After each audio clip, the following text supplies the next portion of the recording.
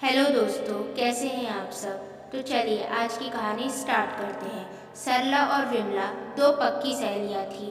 वे दोनों शादी के पहले से ही दोस्त थे और इत्तेफाक से उनकी शादी भी एक ही शहर में हो गई थी। उन दोनों ने साथ में मिलकर ना जाने कितने ही त्योहार साथ में मनाए थे। दोनों में मेल तो था ही, दोनों के परिवार वालों के बीच भी बहुत अपनापन था। सरला की दो बेटियां और एक बेटा था, जबकि विमला का सिर्फ एक बेटा था। सरला की दोनों बेटियों का विवाह अच्छे घर में हो गया। सरला अपने नाम की तरह ही स्वभाव से काफी सरल थी, जबकि विमला थोड़ी तेज स्वभाव की थी।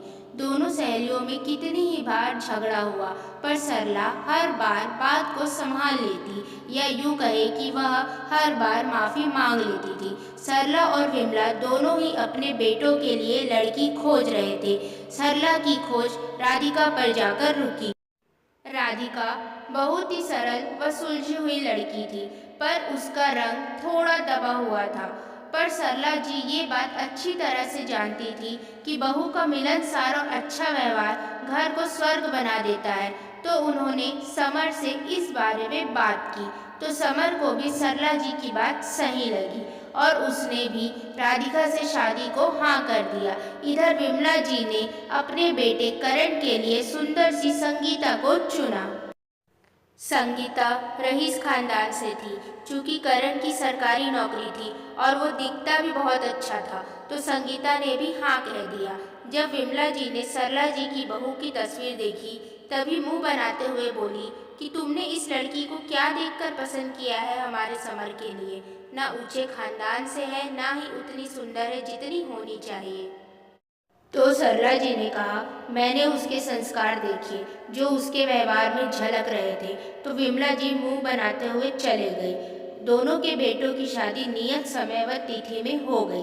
दोनों ही बहुएं अपने अपने ससुराल आ गई। सरला जी ने अपनी बहू राधिका की मुंह दिखाई का कार्यक्रम रखा और आसपास की सभी औरतों को न्योता दिया। जैसे ही मुंह दिखाई का कार्यक्रम शुरू हुआ, विमला जी ने कहा कि काली बहू की भी क्या मुंह दिखाई तो मेरी चांद जैसी बहू की होगी। सरला जी ने सब सुन लिया, पर मौके की नजाकत को देखते हुए उन्होंने कुछ न कहना ही सही समझा।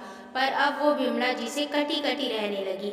ये बात विमला जी ने भी महसूस की, पर उन्होंने कुछ न पूछा। एक दिन विमला जी के यहाँ काम वाली बाई नहीं आई थी, तो पूरा काम उनकी बहू को ही करना पड़ रहा था।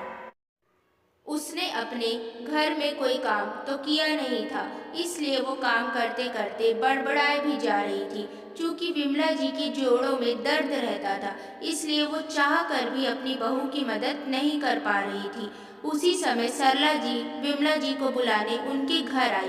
दरअसल उन दोनों को अपने किसी रिश्तेदार के यहाँ पूजा में जाना था, तो सरला जी ही उनके घर आ गई। जब विमला जी ने अपनी बहू से सरला जी के लिए चाय नाश्ता लाने के लिए कहा, तो उनकी बहू ने बड़ी बेरुखी से जवाब दिया कि मम्मी जी, चाय नाश्ता तो आप भी अपनी सहेली के लिए बना सकती है। क्या ये काम करने से भी आपके जोड़ों में दर्द शुरू हो जाता है। और फिर अपने कमरे में आराम करने चली गई। बहू का ऐसा जवाब सुनकर विमला जी चौंक गई। सरला जी को भी यह अजीब लगा। फिर सरला जी ने विमला जी से कहा, मेरी बहू काली ही सही, पर उसे अपनी सास का सम्मान करने आता है। फिर सरला जी ने बात संभालते हुए कहा, मैं तुम्हें ताना नहीं दे रही हूँ। मैंने बहू चुनते समय उसके रंग रूप से ज्यादा उसके संस्कारों को अहमियत दी। अब चाहे कोई मेरी बहू को कितनी भी काली क्यों ना कहे, मेरे लिए तो वह खरा सोना है। सरला जी की बात सुनकर विमला जी ने उनसे माफी मांगी और कभी भी किसी के रंग रूप के कारण उसकी बेइज्जती न करने का फैसला लिया। तो दोस्तों, अगर आपको यह कहानी पसंद आए तो प्लीज़ इसे लाइक करें, शेयर करें एंड चैनल को सब्सक्राइब करें।